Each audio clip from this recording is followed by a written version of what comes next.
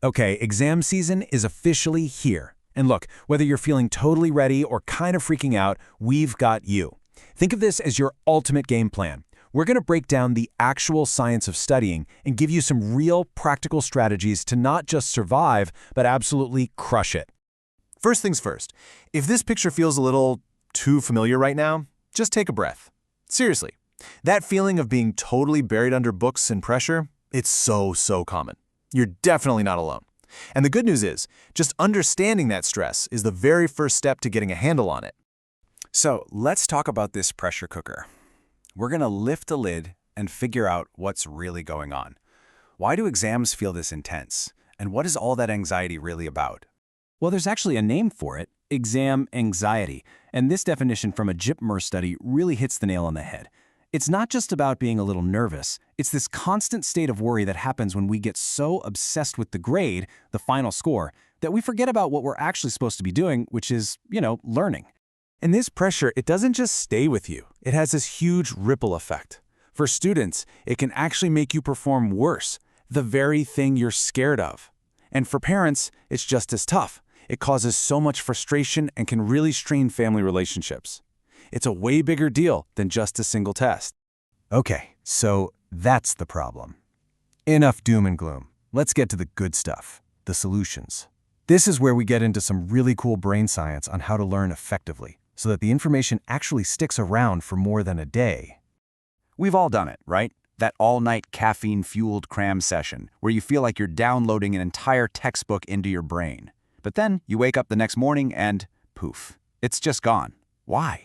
Why does our brain betray us like that? Well, the answer is this amazing psychological principle called the spacing effect. And this isn't some new fad. Scientists have known about this since the 1880s. The idea is super simple. Learning in short bursts, spaced out over time, is way more effective than trying to jam it all in at once. So here's why it works. When you cram, your brain kind of gets lazy. It sees the same info over and over, so it just stops paying close attention. But when you space it out, you force your brain to do something called effortful retrieval. You have to actually work to pull that memory out. And every time you do that, it's like doing a rep at the gym for your brain. That connection gets stronger and stronger, moving the info from flimsy short-term memory to solid, reliable, long-term memory. So what does this actually look like on a typical day? Well, here's a great schedule to get you started. And notice the logic here. It's brilliant. You hit the hard stuff like physics first thing in the morning when your mind is sharp. Then, in the afternoon, you actually use that knowledge by working on problems. And you save the evening for lighter review. That's the spacing effect in action every single day. All right, so now we know how to study. But with a giant syllabus, what you study is just as important. You can't learn everything, so it's time to get strategic and use some clever tricks. This is what I mean by being strategic. This table, for example, shows you where the most marks are hiding in the CBSE Class 10 science exam. See? Light, metals and nonmetals, life processes, these are the heavy hitters. Focusing your energy here gives you the biggest bang for your buck. It's your roadmap to a higher score. Okay, so you've got the big topics down, but what about all those little annoying details? The lists, the formulas, the stuff that just won't stick? For that, we need a secret weapon.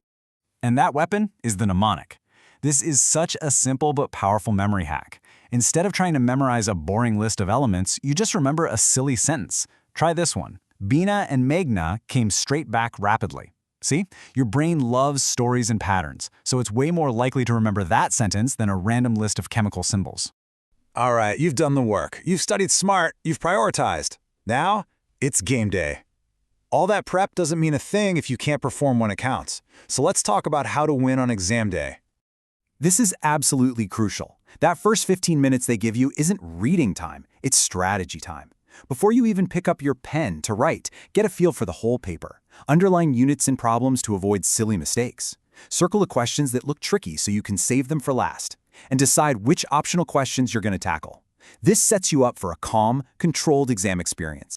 Now for the writing part. Your job here is to make it as easy as possible for the person grading your paper to give you points. So use bullet points instead of giant blocks of text. For math or physics problems, always write the formula first. That can get you partial credit.